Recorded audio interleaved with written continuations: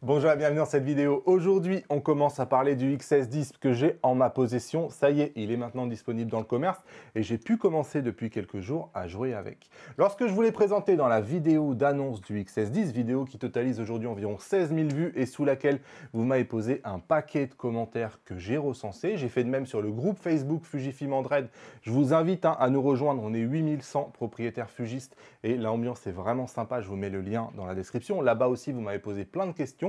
Et on va essayer de commencer à répondre à ces questions-là dans cette vidéo. Et la première question à laquelle il faut répondre avec ce XS10, c'est contre quel boîtier le comparer. Vous avez été nombreux à plébisciter une comparaison par rapport au XH1 pour dire par rapport à l'autofocus, d'où on vient, par rapport à la batterie, la stabilisation. Et vous avez été nombreux aussi à citer le XT4 et le XT3. Je n'ai pas pu mettre les deux, donc j'ai décidé de mettre le XT4 tout simplement parce que une des questions, c'est est-ce que ça vaut le coup de payer un peu plus cher pour avoir le XT4, pour avoir la nouvelle batterie ou des choses comme ça. Donc du coup, il faut bien imaginer que l'autofocus du XT3, l'autofocus du XT4, le capteur, c'est les mêmes, XT3, XT4. Donc tout ce que je vais vous montrer sur le XT4, vous pouvez quasiment le transposer sur du XT3, sauf évidemment la partie autonomie pour la batterie. Allez, on arrête le blabla, on y va. Donc j'ai commencé par un petit test d'autofocus. L'idée, c'est de voir un peu d'où on vient. Alors ici, c'est un petit test que je vous montre en utilisant un moniteur externe. Et vous le voyez à ma tête, je suis vraiment, quand je regarde les performances, je me dis c'est vraiment bizarre parce que c'est pas terrible. Et quelque chose qu'il va falloir que j'investigue un peu plus, c'est que j'ai vraiment l'impression que l'autofocus est dégradé quand je mets un moniteur externe. Et ici, les performances étaient tout simplement parce que j'ai l'habitude justement quand j'utilise un Fuji. Donc je vous le montre, mais clairement, j'ai vraiment l'impression que l'autofocus réagit moins bien quand j'ai un moniteur externe qui est branché. Ici, il faisait un peu n'importe quoi. Enfin, j'étais vraiment pas convaincu. Donc pour toute la suite du test, du comparatif, on n'a pas de belle image de moniteur externe, mais au moins je suis sûr que les résultats sont corrects et qu'ils n'ont pas été biaisés à cause de moniteurs externes. Donc voilà, quand ici on voit les moniteurs externes ici, mais ils ne sont pas utilisés, ils sont tous éteints, c'est juste que je n'ai pas pris le temps de les retirer. Donc ici, quand on regarde un peu l'écran externe, le XS10 est au milieu, le XT4 est à droite, tandis que le XH1 est à gauche. Ici, on s'aperçoit déjà qu'il y a une vraie évolution entre un XH1 et les deux autres. Je trouve que le XH1 a vraiment beaucoup de mal à trouver l'œil, il a beaucoup de mal à suivre le visage et il pompe beaucoup plus que les deux autres, sans parler qu'il est toujours en retard. XS10, XT4, une question qu'on m'a énormément posée, c'est est-ce que c'est exactement le même autofocus? Franchement, moi, dans mes tests, j'ai pas vu de vraie différence. Pour moi, c'est kiff bourricot. C'est vraiment sensiblement les mêmes performances autofocus. Ils ont les mêmes qualités et ils ont les mêmes défauts. Certains m'ont dit l'autofocus du XS10 a l'air meilleur que celui du XT4. Moi, ce n'est pas spécialement ce que j'ai expérimenté. Je pense que c'est strictement les mêmes. C'est les mêmes algorithmes. D'ailleurs, Fuji ne dit pas que le XS10 a un meilleur autofocus que le XT4 et ça me paraît normal. Déjà, je trouve ça joli que le XS10 ait exactement le même autofocus que son grand frère, le XT4. Alors ici, ça apparaît pas, je ne sais pas pourquoi, il manque le titre à gauche, c'est le XS10 en H264. Une des différences et une des questions qu'on m'a posées, c'est on est capable de faire de la vidéo avec un bitrate de 400 Mbps sur un XT4 en H265, mais sur le XS10, on est bloqué à 200 Mbps et en H264. Est-ce que la différence de qualité est visible?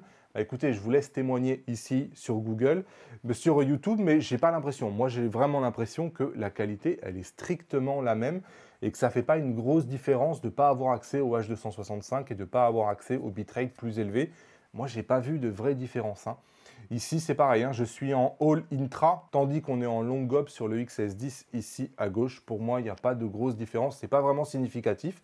Ici, je vous montre une vidéo en 4K. Il y avait un problème au niveau de l'ouverture du XH1, c'est pour ça que la profondeur de champ n'est pas la même. Mais de manière générale, j'ai refait les tests sans enregistrer et franchement, c'était exactement le même résultat, c'est-à-dire que XS10, XT4, aucune différence en termes d'autofocus, je confirme.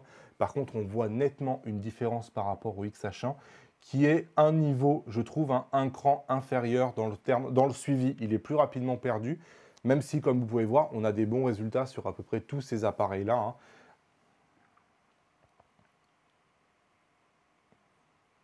Vous voyez ici, j'ai des petits mouvements de pompage, parfois sur le XS10, parfois sur le XT4.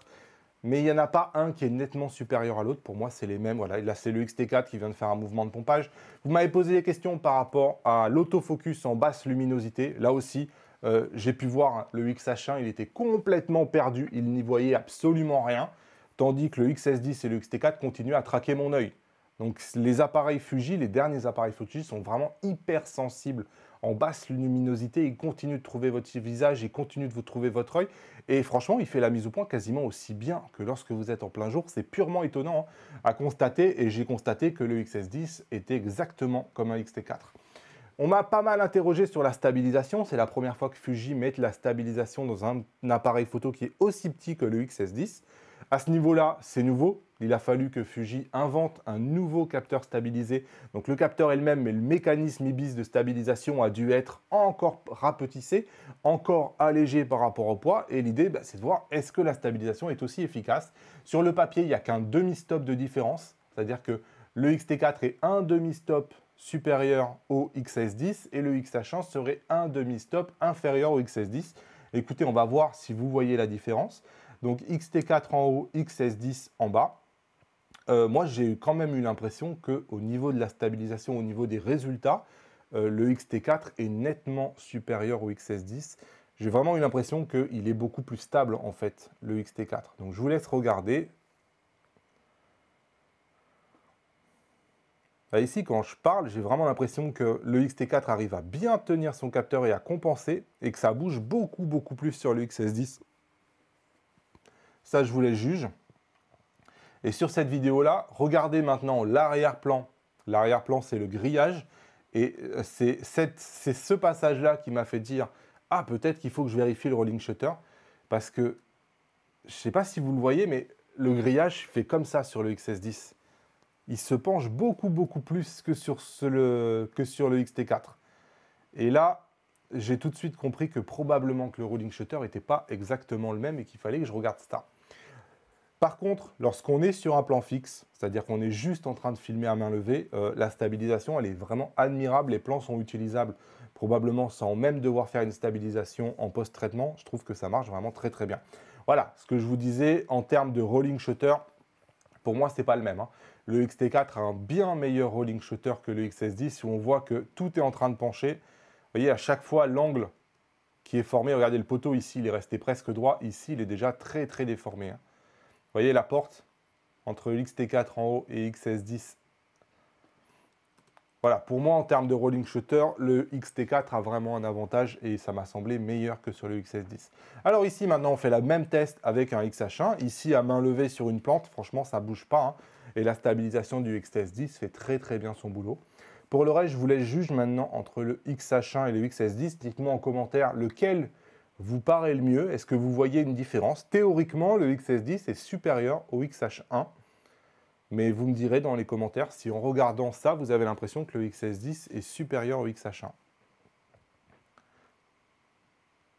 Voilà, donc ici, je ne bouge pas. On est maintenant à main levée. Et on est à une focale environ 50 mm. Hein. Voilà, ici, rolling shutter. Et au niveau du rolling shutter, ici, je l'ai mis au ralenti parce que ce n'était pas si facile que ça à déterminer. Je pense que finalement, c'est kiff kiff bourricot. Même, je pense, j'ai l'impression que le XH1 est pire que le XS10. L'autre chose sur laquelle vous m'avez interrogé, heureusement que vous êtes là parce que vous me donnez plein d'idées, c'est un peu le bruit de déclenchement. Alors ici, le bruit de déclenchement, hop. Comme vous pouvez voir, on a un bruit de déclenchement pour le XS10 qui est un peu plus sec, tandis que le bruit de déclenchement du XT4 me semble un peu plus étouffé. Lorsque maintenant on met les rafales côte à côte, on va voir que grosso modo la longueur de rafale du XT4 est le double par rapport à la longueur de rafale que peut encaisser un XS10. C'est normal, mais voilà, pour ceux qui voulaient cette information-là, ils l'ont.